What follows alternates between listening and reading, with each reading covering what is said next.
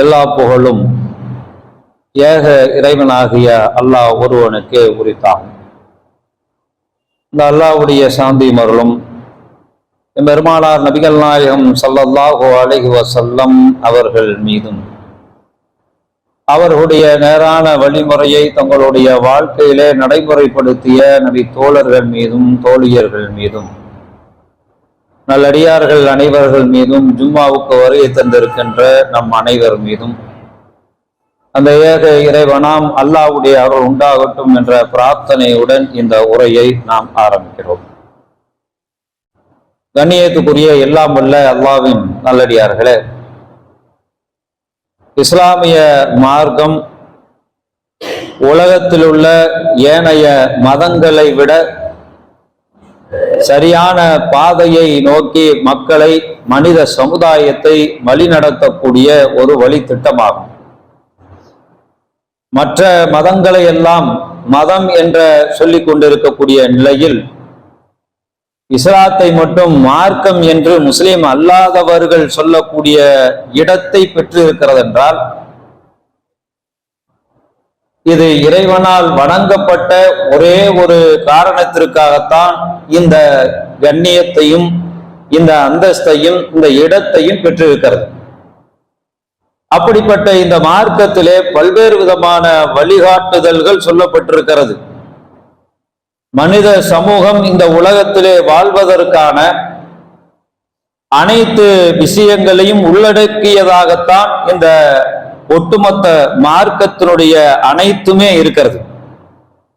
அரசியலிலிருந்து ஆன்மீகத்திலிருந்து அனைத்திலும் வழிகாட்டுதல் இருக்கிறது.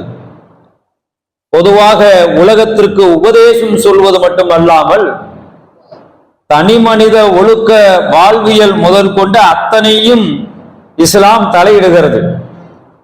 ஒரு தனி மனித சுதந்திரம் என்பது அவன் இஷ்டத்திற்கு அவன் மனம் போன போக்கில் இருந்துவிடக் கூடாது என்பதற்காக ஒரு தனி மனிதன், ஒரு முஸ்லீமாக இருக்கக்கூடியவர், அவர் இப்படித்தான் வாழ வேண்டும், அவருடைய உடை இப்படி இருக்க வேண்டும், அவருடைய உடல் தூய்மை இவ்வாறு இருக்க வேண்டும், அவர் சுற்றுப்புற சூழலை எப்படி அமைத்துக் கொள்ள வேண்டும் என்பது போன்ற தூய்மையான விஷயங்களில் கூட இஸ்லாம் தலையிட்டு அதிலும் ஒரு முஸ்லிம் அக்கறை உள்ளவர்களாக இருக்க வேண்டும் என்பதை நமக்கு அல்லாஹ்வுடைய தூதரும் அல்லாஹ்வுடைய திருமறை குர்ஆனிலும் கூறப்பட்டுள்ளது. அல்லாஹ்வுடைய தூதர் ஸல்லல்லாஹு அலைஹி வஸல்லம் அவர்கள் கூறுகின்ற பொழுது, நிஅமதானி மஅபூபுன் ஃபீஹிமா கஸீரும் மினன் நாஸ், மனிதர்களில் அதிகமானோர் இரண்டு அருட்படைகளிலே இழப்புக்குள்ளாகிவிட்டனர். அஸ்ஸிஹா வல் ஃபராக், அந்த இரண்டு ஓய்வும் ஆரோக்கியம் ஆகும் என்று கூறியுள்ளார்கள். இந்த ஓய்விலும் ஆரோக்கியமும் என்பது இரண்டு அருட்படையாக அல்லாஹ்வுடைய தூதர் கூறியுள்ளார்கள். அந்த இரண்டிலே மிக முக்கியத்துவம் வாய்ந்தது ஆரோக்கியமாகும். இந்த ஆரோக்கியமாக உடலை வைத்துக் கொள்ள வேண்டும் என்பதை ஒவ்வொருவரும் விரும்புகிறோம். ஒருவர் நலம் விசாரிக்கும் போது கூட சொல்லுவோம், அல்லாஹ் எனக்கு எந்த குறையும் வைக்கலைங்க, ஆரோக்கியமான உடலை கொடுத்திருக்கிறான், நோய் நொடி இல்லாம இருக்கிறேன், அதே பெரிய அறுப்படை, அதே எனக்கு போதும் அப்படின்னு சொல்லுவோம். ஏன்னா அந்த ஆரோக்கியம் என்பது மிக மிக தேவையாக ஒன்றாக இருக்கிறது. இன்றைக்கு நாம் ஆய்வறிக்கையில எடுத்து பார்த்தோம் என்றால், எல்லா விதத்திலும் பெரும்பாலானவர்களுக்கு ஏதாவது ஒரு நோய் இல்லாமல் இருப்பதில்லை. ஏதாவது ஒரு நோய் ஒட்டிக்குது, அதன் மூலமாக எதிர்ப்பாற்றல் உடலில் இல்லாததுனால அதனால் பாதிப்புக்கு உடல் உள்ளாகிறது. அதனால்தான் மார்க்கம் தூய்மை விஷயத்துல ரொம்ப பேணுதலாக இருக்கும்படி சொல்லி இருக்கிறது. எந்த அளவுக்கு என்றால், நாமெல்லாம் அல்லாஹ்வை நம்புகிறோம், லா இலாஹ இல்லல்லாஹ் என்று சொல்லி இருக்கிறோம். அப்படிப்பட்ட அந்த அல்லாஹ்வை நம்பக்கூடிய ஒரு முஸ்லிம், அதனுடைய சரி பாதியாக அந்த முஸ்லிம் இதை பார்க்க வேண்டும். எதை பார்க்கும்படி ரசூலுல்லாஹ் சொல்றாங்கன்னா, அஷ்ஷத்ருல், ரசூலுல்லாஹ் சொல்லும்போது அழகா சொல்றாங்க, அத்தஹூரு ஷத்ருல் ஈமான், தூய்மை என்பது ஈமானில் பாதியாகும் என்று சொன்னார்கள். தூய்மை என்பது எதுல பாதியை கொண்டு வர்றாங்க? ஈமானிலே சரிபாதியாக தூய்மையை கொண்டு வந்து அல்லாஹ்வுடைய ஸல்லல்லாஹு அலைஹி வஸல்லம் அவர்கள் வைக்கிறார்கள் என்றால் அதில் நாம் எந்த அளவுக்கு ஈடுபாட்டோடு இருக்க வேண்டும், பேணுதலாக இருக்க வேண்டும் என்பதை இந்த ஒரு ஹதீஸே நமக்கு போதுமானதாக இருக்கிறது. நபிகள் நாயகம் ஸல்லல்லாஹு அலைஹி வஸல்லம் வந்து அந்த தூய்மையை எங்கிருந்து ஆரம்பிக்கிறார்கள் என்றால் பொது இடத்திலிருந்து எடுத்தவுடனே சொல்லல. ஆரம்பிக்கக்கூடிய இடமே எங்கன்னா தனி மனிதனுடைய உடம்பில் இருந்து ஒவ்வொருவருடைய தன்னுடைய உடலுக்கு செய்ய வேண்டிய தூய்மை என்ற அந்த ஒழுக்கத்திலிருந்து ஆரம்பிக்கிறது.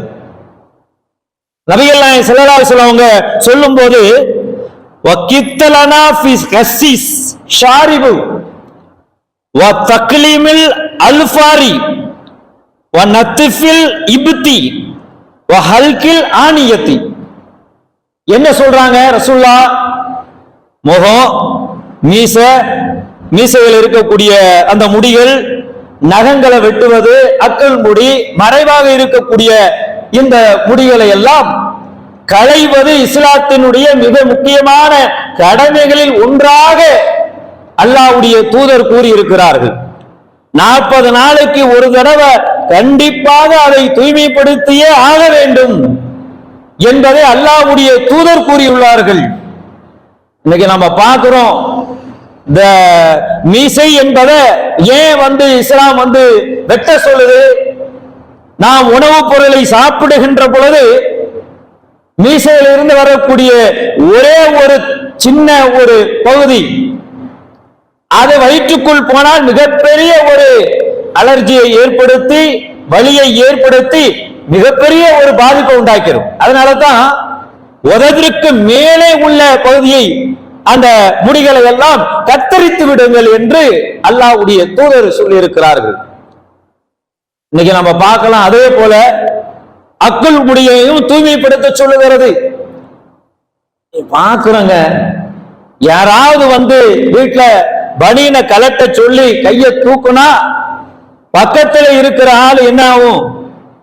தொபுக்கடின்னு மயக்கம் போட்டு உழுதுற வேண்டியதுதான். அந்த அளவுக்கு என்ன இருக்கும்? நறுமணம், கபலம். அப்படித்தான் இருக்கிறாங்க. அந்த இடத்தை தூய்மைப்படுத்துறதே கிடையாது. அப்ப இந்த மாதிரியாக இருக்கக்கூடாது என்று அல்லாஹ்வுடைய தூதர் முஸ்லிம்களுக்கு மட்டுமல்ல எல்லோருமே இதை பின்பற்றலாம். இந்த அளவுக்கு ரசூலுல்லாஹ் தூய்மையை குறித்து நமக்கு வலியுறுத்தி கூறியுள்ளார்கள். இது மட்டுமல்ல, தூய்மையினுடைய அந்த விஷயங்களை நம்ம பார்த்தோம்னா அப்படியே அடுக்கிக் கொண்டே போகலாம். நிறைய விஷயங்களை நபிகள் நாயகம் ஸல்லல்லாஹு அலைஹி வஸல்லம் அவர்களுக்கு வஹி வந்த அந்த காலகட்டத்திலே அல்லாஹ்வுடைய தூதருக்கு அல்லாஹ் சொன்ன கட்டளையில் ஒன்றாக இருப்பது வஸியாபக ஃபதஹர், உமது ஆடைகளை தூய்மைப்படுத்திக் கொள்வீராக. அல்லாஹ் குர்ஆன்ல 74 வசனத்திலே கூறுகிறான். ரசூலுல்லாஹ்வுக்கு இறைச்செய்தி வருகிறது. அந்த இறைச்செய்தியினுடைய ஆரம்ப காலகட்டத்திலே இறக்கி அருளப்பட்ட வசனம் இந்த வசனம். அதிலே சொல்லப்பட்ட விஷயங்கள் ஏராளமா இருக்கு. ஆனா அதில் முக்கியத்துவமாக சொல்லப்பட்ட விஷயம் ஆடைகளை தூய்மைப்படுத்திக் கொள்ளும்படி ஏன் சொல்ல வேண்டும்? ஆடை தூய்மை என்பது ஆள் பாதி ஆடை பாதி என்று சொல்வார்களே, எதற்காக அப்படி சொல்றாங்க?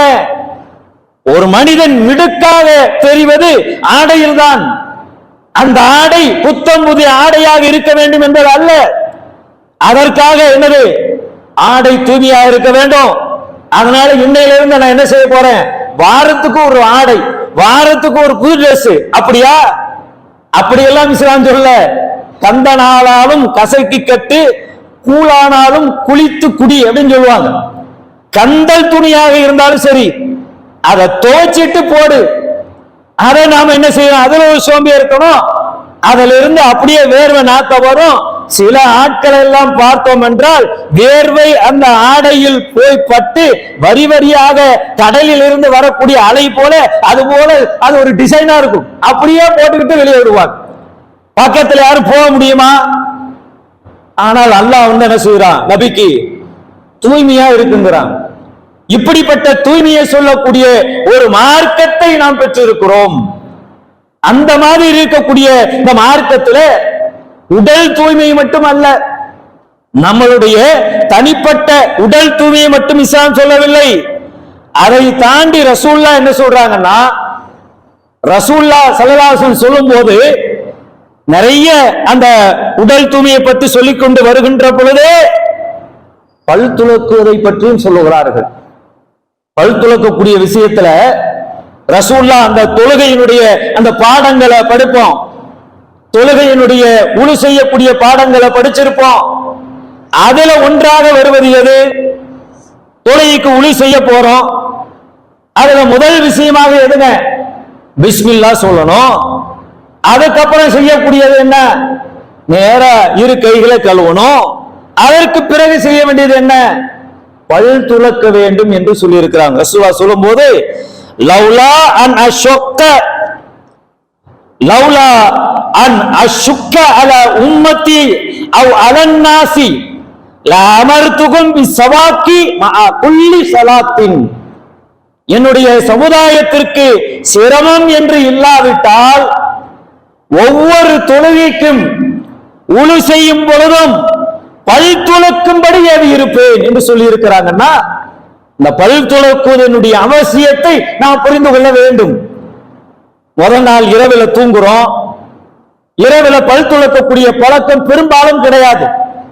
அப்படிப்பட்ட அந்த பழக்கம் இருந்தா கொஞ்சம் நம்முடைய வாயுக்குள்ளையும் அந்த பற்கள் மீது அந்த வெள்ளையா படியுமே, அது குறைவா இருக்கும். ஆனா பல் துலக்காம தூங்குவதனால அடுத்த நாள் காலையில அது வெள்ளை வெள்ளேர் என்று கூடிய அந்த சாப்பிட்ட உணவுப் பொருளுடைய துகள்கள் எல்லாம் அங்கங்க படிஞ்சிருக்கும். அதுவும் அங்கங்க பல்லு இல்லாம பல பேருக்கு இருக்கு. அப்ப அந்த கேப்ல என்ன இருக்கும்?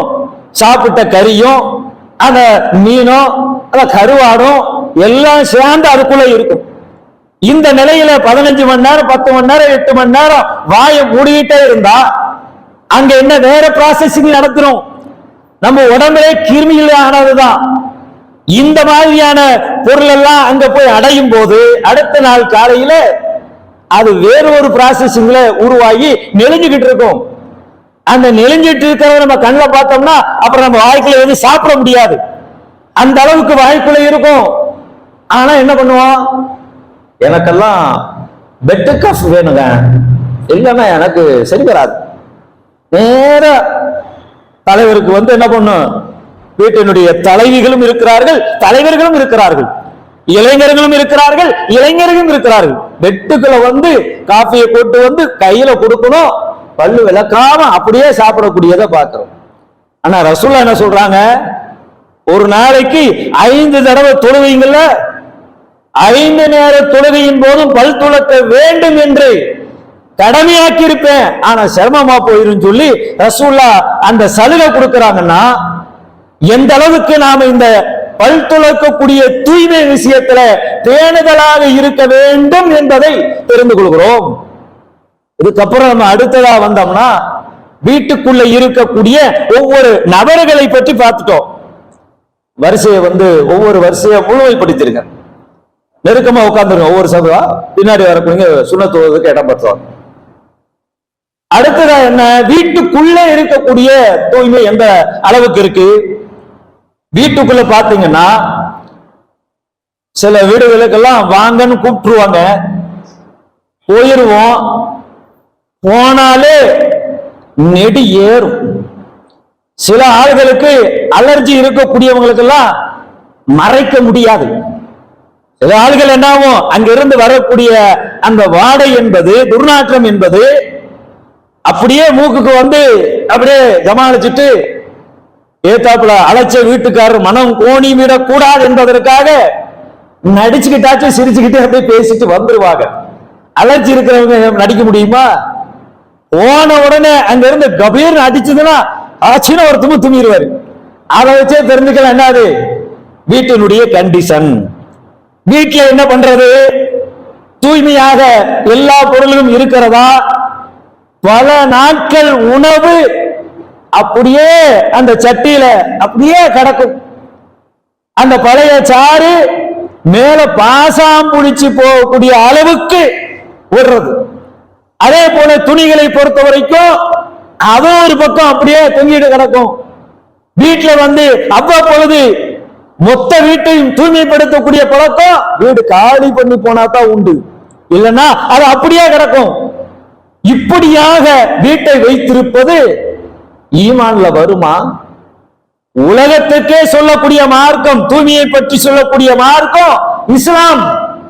ஆனா முஸ்லிம்களுடைய வாழ்க்கைக்குள்ளே வந்தோம் என்றால் இது போன்ற ஒரு நிலை இருக்கிறது. அதனால்தான் இந்த மாதிரி வீடுகளை தூய்மையாக வைத்துக் கொள்ளாதனுடைய விளைவு தூய்மையாக வைத்துக் கொள்ளக்கூடிய முஸ்லிம்களுக்கு பாதிப்பாகுது. முஸ்லிம்களே தூய்மையை வச்சிருக்கிறவங்க இருக்கிறாங்க. சில ஆட்கள் வீட்டையே தூய்மைப்படுத்திக் கொள்ள மாட்டாங்க, அசால்ட்டா இருப்பாங்க. அதனால என்ன ஆகுது? முஸ்லிம் அல்லாத அன்பர்கள் வாய்க்கு கொடுக்கறது இல்லைங்க. ஏங்க? அதுல இன்னொரு காரணம் சொல்லுவாங்க. ஆனா சில ஆட்கள் சொல்லக்கூடிய காரணம் என்ன தெரியுமா? சுத்தமா வச்சுக்க மாட்டாங்க. அது ஒரு காரணம் சொல்லதான் செய்தாங்க. சில இடங்கள்ல இருக்கத்தான் செய்து. அப்ப அதை நாம சரி பண்ணணுமா இல்லையா? ஈமான்ல ஒரு பகுதியா இருக்கக்கூடிய இந்த தூய்மை விஷயத்துல தாய்மார்களும் என்ன செய்ய வேண்டும்? மிக அக்கறையோடு இருக்க வேண்டும். வீட்டுக்குள்ளே இருக்கக்கூடிய நாம் நம்முடைய வீட்டை தூய்மையாக வைத்துக் கொள்ள வேண்டும். அடுத்ததாக வந்தோம்னா வீட்டை தாண்டி தெருவுக்கு வர்றோம். தெருவுக்கு வந்தா சொல்லவே முடியாது. பல தெருவுகளுக்குள்ளே போகின்ற பொழுது அங்க பஞ்சாயத்துல இருந்து கார்பரேஷன்ல இருந்து வருவாங்க. மக்கும் குப்பை மக்காத குப்பை சொல்லி கொஞ்சம் பிரிச்சு போட்டு கொடுங்கப்பா அப்படின்னு கேட்பாங்க. சில நாட்கள்ல வரமாட்டாங்க. அது ஒரு பக்கம் பாதிப்பு இருக்கு. ஆனால் சொல்றது என்ன? பிரிச்சு கொடுங்க. அது சில ப்ராசஸிங் மூலமாக மக்களுக்கு, மனித சமுதாயத்துக்கு இடைஞ்சல் இல்லாத வகையில சில வேலைகள் பண்ணுவதற்கு உதவுங்கிறாங்க. அதையும் நம்ம செய்யறது இல்ல. இன்னொன்னு என்ன அப்படின்னா, அந்த குப்பைகளை எல்லாம் சேர்த்து என்ன பண்றோம்? நேரா எங்கடா தெருவு இருக்கு, நம்ம வீட்டில இருந்து போவோம், கண்ணு கெட்டாத தூரத்துக்கு போவோம், அல்லது தெருவினுடைய முக்குக்கு போவோம். பொது இடம் ஒண்ணு இருக்கு, அங்க போய் கொட்டுவோம். அப்படின்னு என்ன பண்றோம்? எல்லாரும் கொண்டு போய் குப்பை கொட்டுறான். அதுல என்ன பண்ணாங்கன்னா, சில இடங்கள்ல இந்த மாதிரி குப்பையை அப்படியே கவரா கொட்டி அதுல எல்லாமே உணவு எல்லாம் பழசாயி அதுல இருந்து துர்நாற்றம் அதுக்குள்ள ஈ மொச்சி, அதுல இருந்து கொசு அதுல இருந்து ஸ்மெல் அந்த ஒட்டுமொத்த ஏரியாவும் அதுக்குள்ள போனோம்னா, ஏரியாக்குள்ள ஒருத்தவங்க பள்ளிவாசலுக்குள்ளேயே நம்ம வர்றோம்னா அதுக்கு முன்னாடி வரவேற்கிறது எதா இருக்கு? குப்பைதான். குப்பையில இருந்து வர வாசனை தான் கமகமன்னு கூப்பிடுது. வந்துட்டோம் ஏரியாக்குள்ள. அந்த அளவுக்கு என்னது? தெருக்கல்ல குப்பையை கொட்டி போடுறாங்க. அது சில இடங்கள்ல என்ன பண்ணாங்கன்னா, அல்லாஹ்வுடைய பள்ளிவாசலுடைய பிளக்ஸையே போட்டாங்க. பிளக்ஸை வச்சு தூய்மை ஈமானில் பாதி, இந்த இடத்துல முழு நம்பிக்கை கொண்டவர் குப்பையை கொட்ட மாட்டார் அப்படிலாம் போடுவாங்க. இன்னொரு பக்கம் என்ன பண்றான்? இது தேவையில்லாத குப்பை குளமா ஆயிட்டு இருக்குன்னு சொல்லி அதுக்குன்னு செலவு பண்ணி இங்கே குப்பை கொட்டினால் இவ்வளவு அபராதம் அப்படின்னு போடுவாங்க. அப்படி போட்டவன நம்பால என்ன பண்றது? நேரா போய் அப்படியே பாப்பாரு சுத்திடும். சிசிடிவி இருக்கா, இங்க இருக்கா, அங்க இருக்கா, எங்கேயுமே இல்ல, டபக்குன்னு போட்டுட்டு போயிடுவாரு. பிஸ்மில்லான்னு சொல்லி ஒரு ஆள் ஆரம்பிச்சு வைப்பாரு. அதுக்கப்புறம் இன்னொரு என்ன பண்ணாரு? இவர்தான் நமக்கு முன்னோடி, பாருங்க நமக்கு முன்னாடி ஒருத்தர் போட்டுட்டு போயிருக்கிறாரு, போடு அப்படின்னு சொல்லி அடுத்த ஆள் போடுவாரு. 2 நாள் கழிச்சு பார்த்தா திரும்பி மழவோ குவிஞ்சு இருக்கும். இது முன்னுதாரணமா? இது ஒரு முஸ்லீம் இப்படி இருக்கலாமா? முஸ்லிமுடைய அடையாளம் என்ன? அத்தீனு நசீஹா. இஸ்லாம் என்றாலே பிறர் நலன் நாடுவதாகும். புராண காலகட்டத்திலே யாருமே தொட முடியாத, தொட விரும்பாத, பயப்படக்கூடிய அந்த பிரேதங்களை எல்லாம் மதம் கடந்து, ஜாதி கடந்து, அதெல்லாம் கடந்து அதை அப்படியே தூக்கிட்டு கொண்டு போய் அடக்கம் செய்த சமுதாயம் இது. ஆனா தன்னுடைய தெருக்களிலே, தான் வாழக்கூடிய தெருக்களிலே தூய்மையை விரும்பலையே. இது நல்ல முறையா? இது பிறர் நலன் நாடக்கூடிய விஷயத்திலே ஒரு முஸ்லிம் எப்படி இருக்க வேண்டும்? எந்த விதத்திலும் மற்றவர்களுக்கு இடையூறு இல்லாமல் இருக்க வேண்டுமா இல்லையா? அல்லாஹ்வுடைய தூதர் ஸல்லல்லாஹு அலைஹி வஸல்லம் அழகாக சொன்னார்கள். பொதுவான இடங்களிலே நாம எப்படி இருக்க வேண்டும் அப்படின்னா, ஒரு அழுக்கு இருந்தா அந்த அழுக்க கூட அல்லாஹ்வுடைய தூதர் தூய்மைப்படுத்திடுவாங்க. பள்ளிவாசலுக்குள்ள வர்றாங்க, அப்படி பள்ளிவாசலுக்குள்ள வரும்பொழுது அங்க ஒருத்தர் சளி துப்பி இருக்கிறார். சளி துப்பி இருந்தா அது நம்மளால பார்க்கறதுக்கு ரசிக்க முடியா இருக்குமா? அசிங்கமா தான் இருக்கும். ஆனா அல்லாஹ்வுடைய தூதரை பார்த்த உடனே என்ன செய்தார் தெரியுமா? குச்சி எடுத்துட்டு வந்து சுரண்டாரு. சுரண்டு அதை எடுத்து மற்றவங்களுக்கு அது அசௌகரியமாக இருக்கும், அருகலுப்பா இருக்கும், அறிவுறுக்கத்தக்கதாக இருக்கும் சொல்லிட்டு எடுத்துட்டு உபதேசம் பண்றாங்க. என்ன உபதேசம் பண்றாங்க?